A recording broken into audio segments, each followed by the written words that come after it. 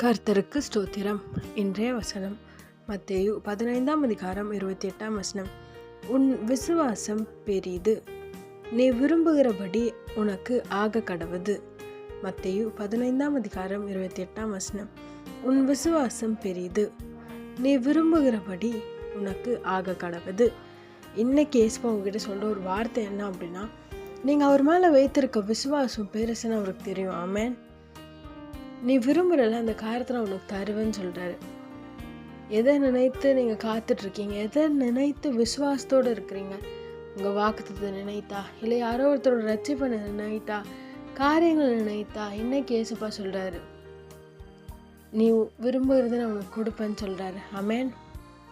தடைகள் இருக்கலாம், ஆனால் தடைகள் எல்லாத்தையும் உடைத்து போட போகிறேன்னு சொல்கிறாரு.